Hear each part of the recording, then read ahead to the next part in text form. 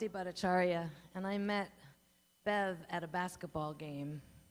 I had gotten to Storm Lake, and I was a professor of religious studies, and didn't have a lot of people with whom I could speak. And we sat there. I think we might have seen a few baskets. But not very many. Because we just got in, and it was just so refreshing to find somebody with whom I could have a deep theological discussion, and somebody who wouldn't judge me. And that's something I haven't found a lot in the church. I thank you. You're welcome.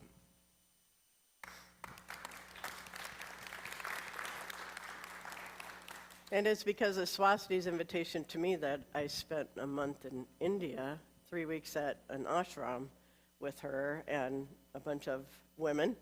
And it impacted my life. So thank you. Hi, everyone. My name is Maggie Ostrander, and I am the music director here.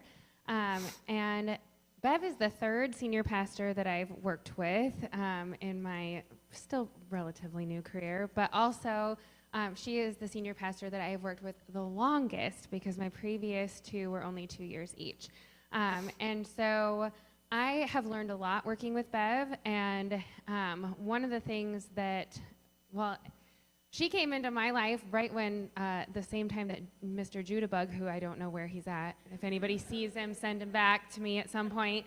But about a month, literally about a month to the day after I met Bev, I had Judah. So she's been instrumental in his life.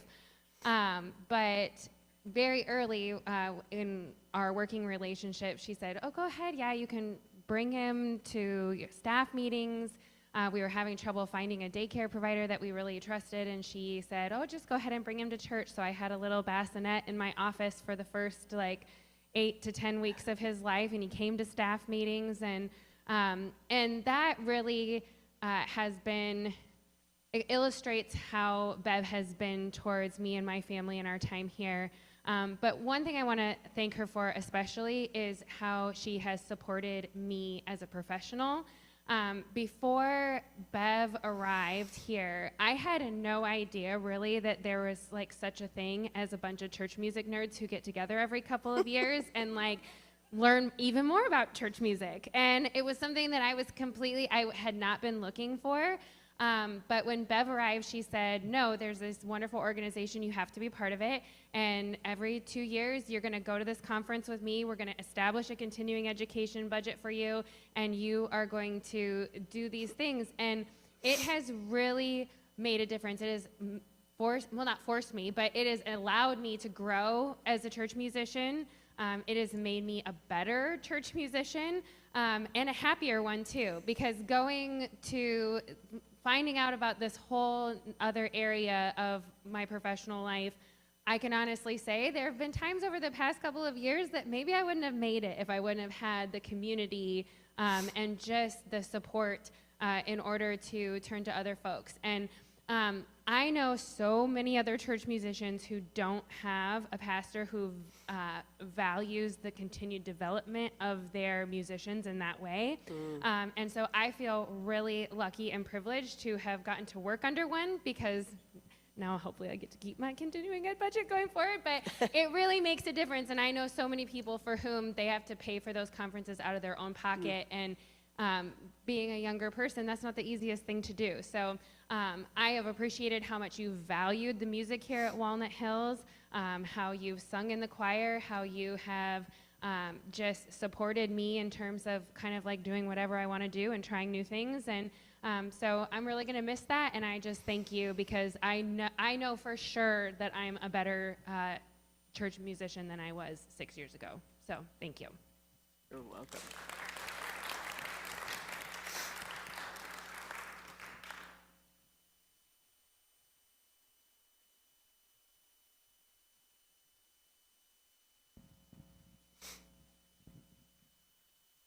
He's going away. I'm sorry, I'm not walking away from you, Dick. I need water.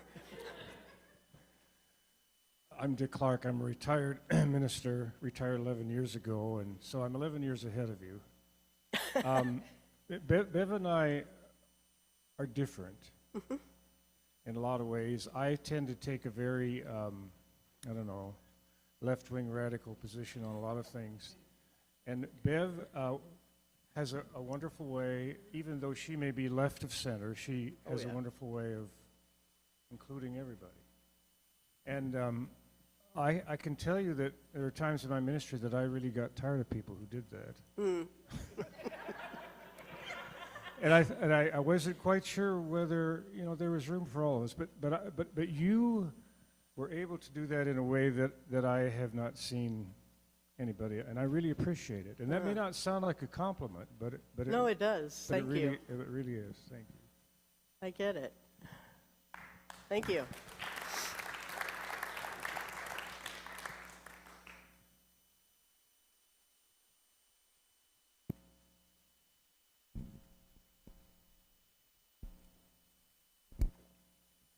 Well, Kristen and Bev have already told most of my story, but I'm Judy Nanke. I was the office manager at Hope United Methodist in Marshalltown for 30 years, and just retired a couple years ago.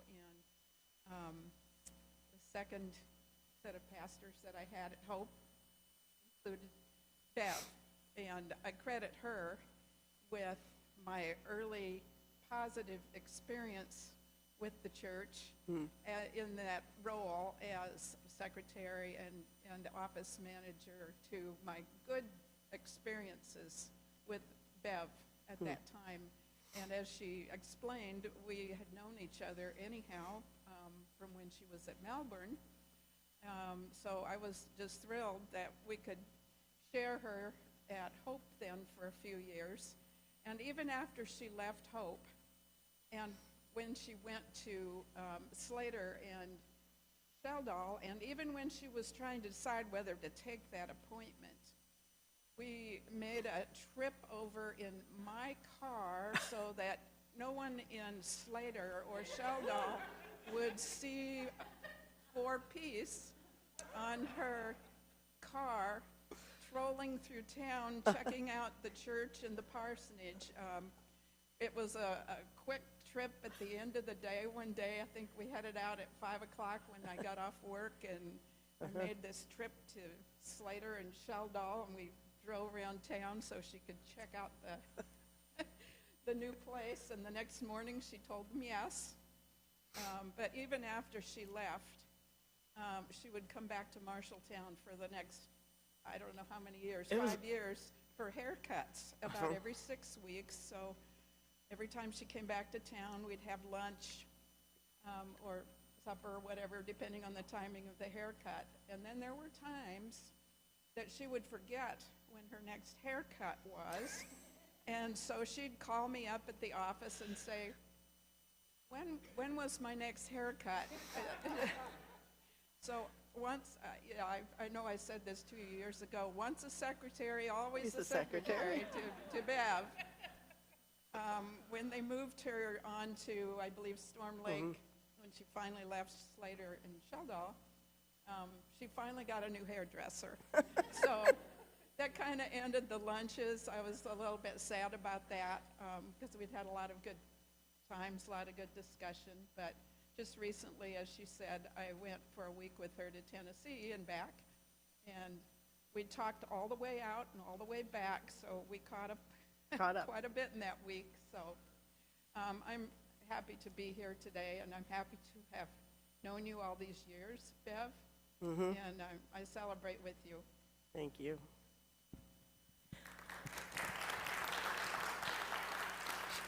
She didn't tell on me that she found out that I didn't always remember to get my car tag renewed.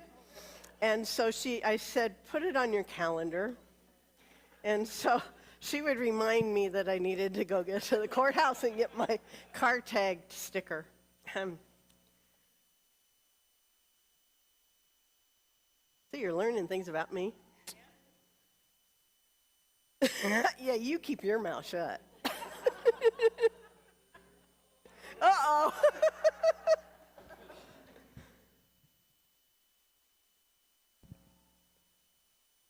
Hello. I think well, other than Karen, yes. I've known Bev the longest. We met in the 7th grade. We developed a close friendship pretty quickly. And she tried to teach me to dance. She was unsuccessful. She and her people, her church people, invited me to their youth gatherings, and I never stopped going. So I turned into a church kid in high school because Bev sucked me into it. Beverly has been true to the Lord and true to herself, as well as her friends, as long as I've known her. Now, I didn't get it when she decided to leave business and making money to become a pastor. I thought, well, okay, you know your own mind and you know your heart, and so you do this, and who knew she made the right decision? And apparently I thought so because she has married my husband and I. Well, there was that thing about you forgetting to have us say the vows. I know. I forgot to But- have him say the vows. Yeah. She really likes Mark, and I think she was nervous that something would happen, so let's get this over with and get her married to. No, I was too relaxed. Well, okay. That was my problem. I was Yeah. too relaxed. I skipped a whole page. So anyway, she married us. She married my daughter in Colorado. She performed my mother's funeral. And she's the best friend you could have. And she stayed for a very long time at my house after she broke her ankle. So we're not over. No. We have many, many more adventures, but she's wonderful, and I'm glad to hear of all the things that she's done beautifully for this congregation, and she continues to do those things for me, just as an individual too, as a friend. So, congratulations, I didn't bring you a gift or anything. Hey.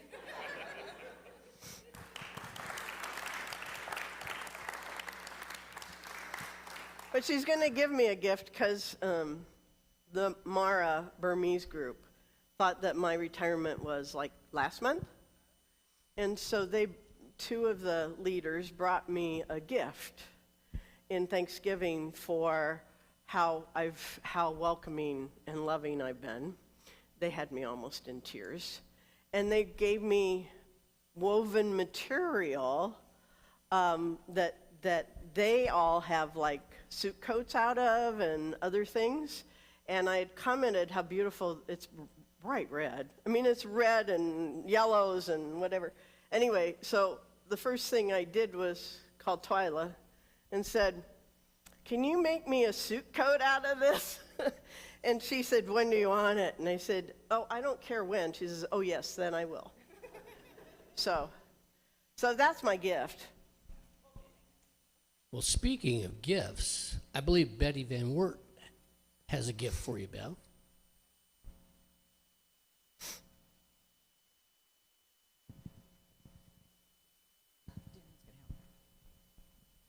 Actually, this is not from Betty Van Wert. This is from the Walnut Hills congregation. And Darren, as chair of our Oh my gosh. Staff Parish Relations Committee.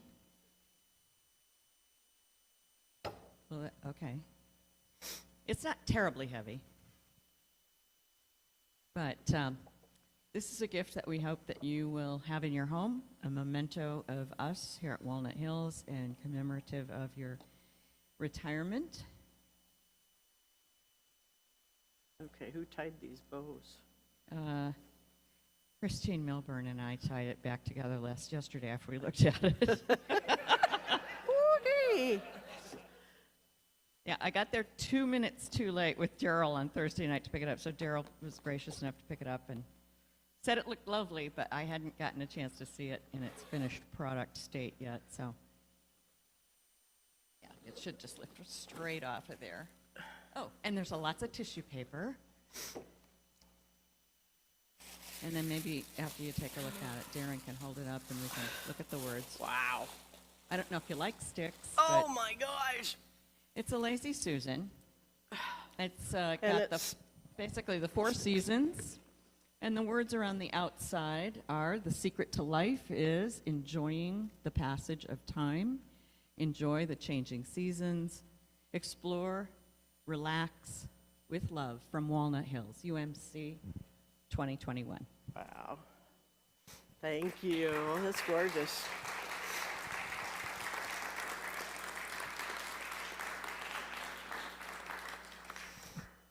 I like stick stuff. I just never can afford it. Yeah, Thank you. nobody can ever afford it, so this is the perfect opportunity. You know, one of the things that, Josh, do you have the slideshow? Or one of the things, you know, you never know how things in your life are going to impact your ministry. And I think the incident that Jeff is referring to was when I was at Melbourne and Rhodes, 2 of my friends from seminary died from AIDS.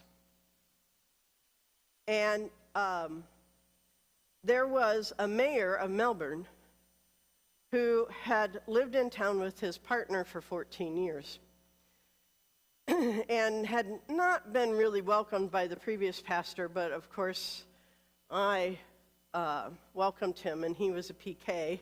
And of course it was like, this is your church. His house got vandalized, and it was in the Des Moines Register. And that's when I had to find the courage. I knew what God wanted me to do, but I also knew there would be consequences.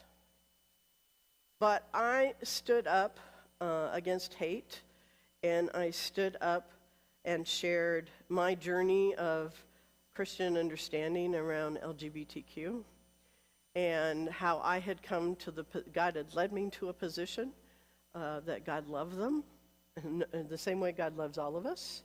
There's no difference. And it became difficult. But I knew that. I knew that. And my salve was, I was at Hope at the time, so the people at Hope were not involved in all of that. And so, you know, to end my career at Walnut Hills, it's just, you know, you can see from the beginning of my career to the end, and then to be able to end here, has been a joy and a blessing and a breath of fresh air. So, thank you. And yes, I was in business. I have a paralegal certificate as certification, as well as I ran a small business doing abstract title work. And so, and I was sharing with my sister and brother-in-law, I said, you know, Karen, there have been advantages to growing up in a house that was always under construction. My mother always had these great ideas, and my father had to do them. Because I learned, yeah, and Karen and Jeff are the same way, I learned patience with construction. I'm not one of those people that gets anxious that it's not getting done. Yeah. I learned patience because Dad had to do it on weekends and at night when he got home if he felt like it. And sometimes it was major construction in the house. So I learned things from watching him. And every church, my very first churches, I was there 2 years, and then they changed my appointment. And I went to halftime at Hope in Marshalltown, and they had just finished an office addition that wasn't quite done. And I had to chime in on some of their final decisions about office space and what should be there and what should not. And then I moved to Slater, and they had voted to tear down the building and build a new one. My very first Sunday in Slater, at the end of my welcoming service, we deconsecrated the building. And that's the only worship I held in that building, because then we started worshiping at the grade school. And they came in with a wrecking ball, and it was gone. Then they started construction on the same site. They hired a contractor to put out the outer frame and to do the sanctuary, because they didn't want to do those high heights. But the men of the congregation had such skills that they did everything else. They did the Sunday school rooms, the fireside rooms, the bathrooms, the kitchen. I get there, and they tell me that it's time to raise money for this thing, because they haven't done a capital stewardship drive yet. But the people that are telling me this say, and the first meeting I have with the professional fundraiser, they're there, and they said, you know, Bev doesn't know any of these people, so we're going to do her job of recruiting everybody for these little committees to raise money. And he said, fine, you just need to be at the meetings. I said, I can do that.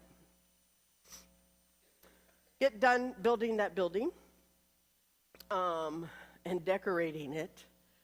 And I have never, I wish Linda had stayed. I have never worked with a group of women, and Steve had patience. And they decided when they all got together that if they all could not agree on a color or whatever, they would keep looking until they could all agree. No fights over the color of the carpet or the walls or anything else. And they lived by that. Except they said that I was gone when they decided on the wallpaper in the women's bathroom. And I get back and they say, Bev, you're not going to like this wallpaper, but we all agreed it was okay. I said, it has flowers, doesn't it? And they said, yes. And when I saw it, I said, I can live with this. I moved from there to Storm Lake. They had almost completed a $2 million project. Redone the whole sanctuary. It's gorgeous. If you ever get a chance to go, it is a gorgeous sanctuary. Had put on a family life center. Had changed all the heating in the whole building. I learned more about boiler systems than I ever wanted to learn. And when you're the lead pastor and, you know, volunteers aren't there all the time, when the workers are, guess who gets asked and needs to make decisions? It was fascinating. And here again, I walked into that thinking they only owed $500,000 on it and found out they owed still $1 million on it. And that I had to do a capital campaign that fall. That church didn't help me out figuring out committees. I've never been so thankful to Slater than when I had to do it myself. You know, and the thing that happened, here comes the abstracting background. They were still under a construction loan at 8-point-some%. And as soon as they could, I said, we've got to convert this to a long-term mortgage. And when they told me the amount that they were going to need to finish, I sent a letter to every bank in Storm Lake, every bank, savings and loan in Storm Lake, said, this is how much money we need. What are the terms? What terms and interest can you offer us? Well, the guy that had the construction loan group blew a gasket because he said they'd promised him the loan.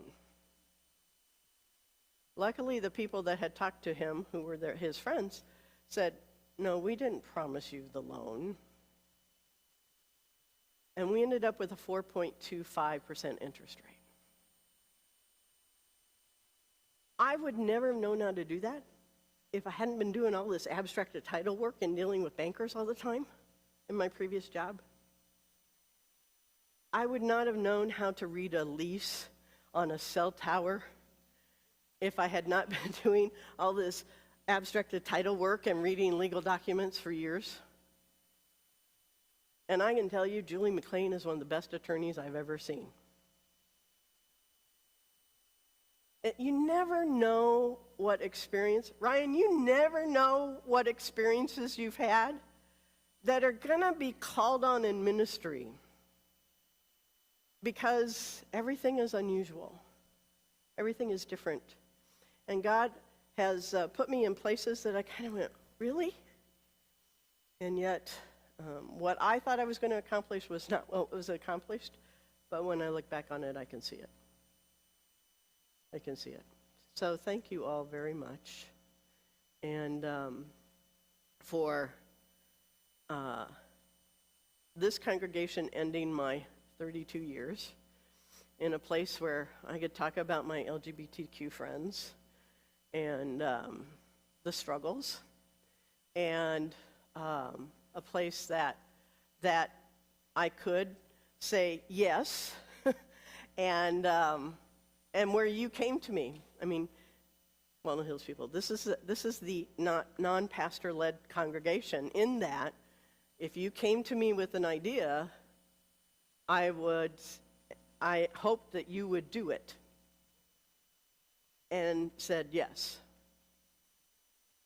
That's the ministry of all believers I was raised with as a disciple of Christ, Christian church. All are ministers. All are used by God. And it carried through, and I'm glad you figured that out. So, you want to show those pictures, Ryan? And this is my elder's ordination. And Bishop Reuben Job, ordained me. And my friend Julie Polson is there in the curly blonde hair.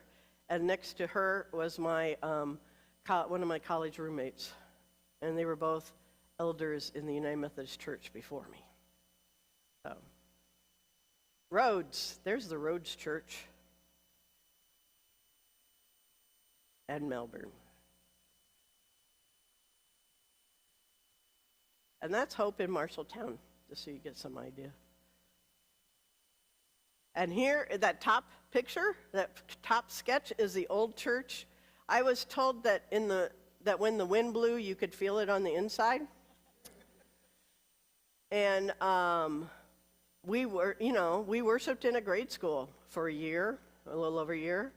And we put up the steel structure and finished it off. Great story. A guy who went into the ministry after this. I went home one night. Everybody else had gone home. I came back because I needed something from my office. And he is in one of the rooms, and he is sanding the mudding that somebody else had done. And I said, "What are you still doing here?" And he says, "Shh, I don't want to embarrass them and tell them they did a bad job." So I come back every night and sand and redo it so it looks better. Talk about a loving heart and spirit. Yeah, I learned about that there. So, and that's Sheldall, which was with Slater, and stairs everywhere. And there's Storm Lake. That's the front of the building. And the $2 million included taking all the stained glass windows out and redoing them. And they were gorgeous and very hot in the summer. So, and that's Winterset. And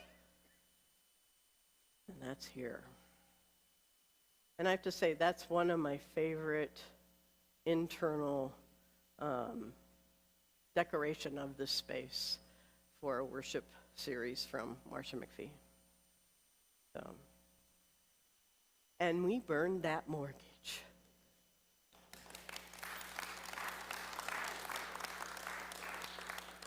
So, That was a fun day.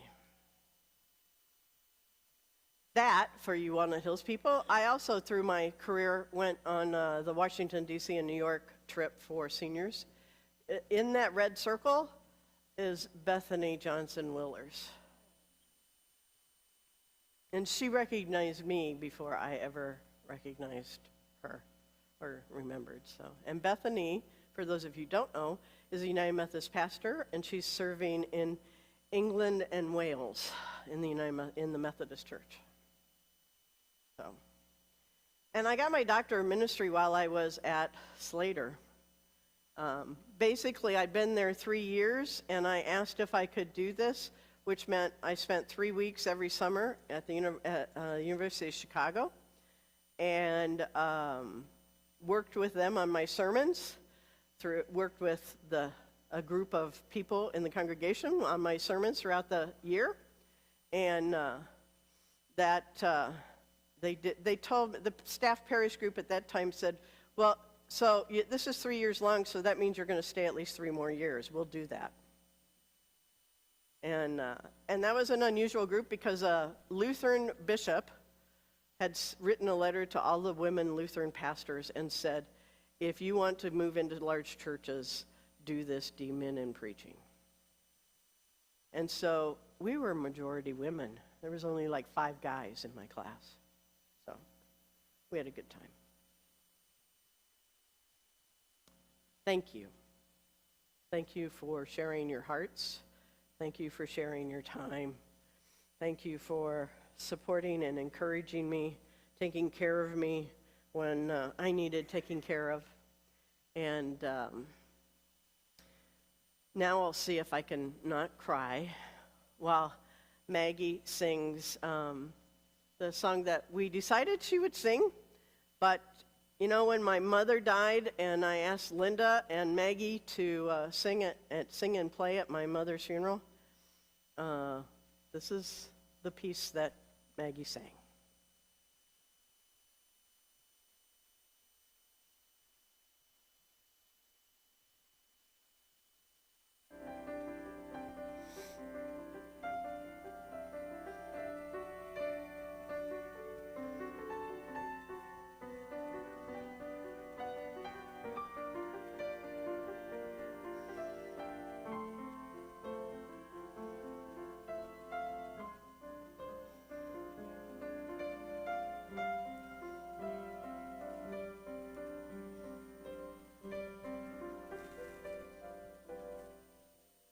When peace like a river attendeth my way, when sorrows like sea billows roll, whatever my lot, thou hast taught me to say, it is well,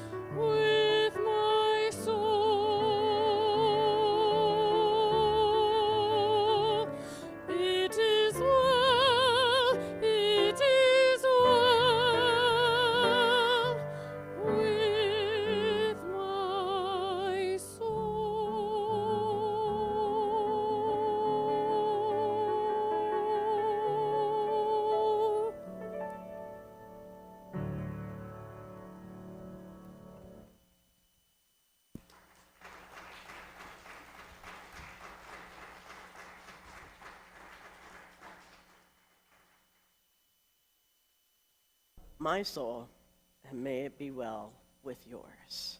Thank you all for coming.